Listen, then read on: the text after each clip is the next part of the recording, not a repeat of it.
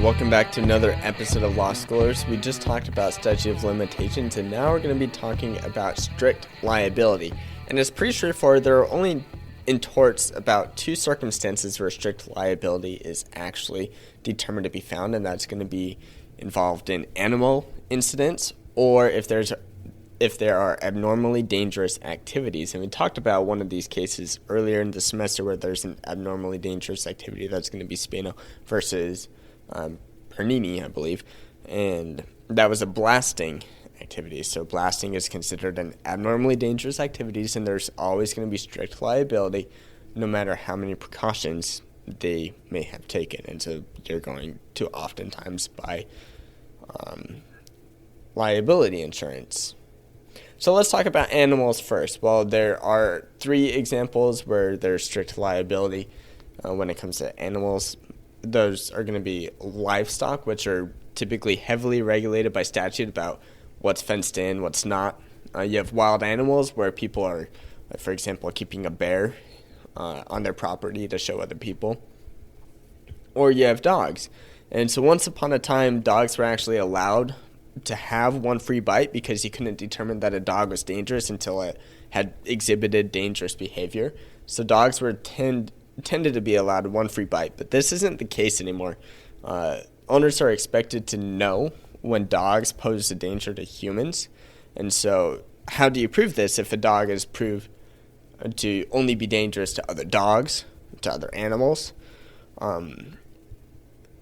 And the way that we determine this is the owner is typically going to be liable for the dog attempting to attack or to bite a person. If the dog is not attempting to attack or attempting to bite, but they do cause an injury, for example, if a dog chases a cyclist and the cyclist crashes because they believe that they're being chased by the dog, well, then we're just going to use the standard care of negligence of the reasonably prudent person. For abnormally dangerous activities, now we have one case that we really focused on, and this was Rylands v. Fletcher. And here there was an owner of a mill, and they created a reservoir, and this reservoir broke through this dam that they had made, and it flooded the plaintiff's mines underneath. And so we need to determine, first of all, whether or not the plaintiffs were negligent. But regardless of whether or not they're negligent, and in this case they weren't negligent, they can still be liable for the damages caused because this is an abnormally dangerous activity. And so I mentioned this earlier, but if we have Spino v. Perini, where we determine whether or not an activity is dangerous, and we need to look at the activity, and specifically we need to focus on where the activity is actually taking place. The courts are going to consider the risk of harm, the inability to eliminate any risk, and we talked about examples such as using blasting or even using chemicals. The limitations on this come from a case named Foster, where we just really conduct a risk analysis, and that a risk analysis is why do we determine whether or not a certain conduct is considered negligent, what are the risks we're trying to avoid. And then also another thing is that contributory negligence is not a defense to abnormally dangerous activities and strict liability. And that is an overview of strict liability.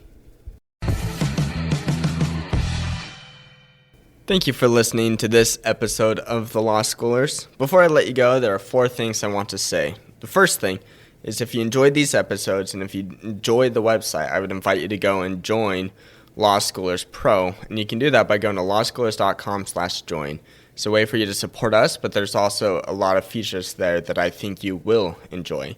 Second thing is that nearly all of our episodes are unedited. The only ones that aren't are pre-law materials, and the reason for that is so you can actually see the legal material in its raw form as I'm learning it as well. The third thing is that the information contained in these episodes are specifically only for educational purposes. They're not to be used as legal advice, and with that, the fourth thing is if it is used as legal advice, we are not liable. That is, Law Schoolers is not liable for any legal outcomes. Thank you again for enjoying the show. Have a good one.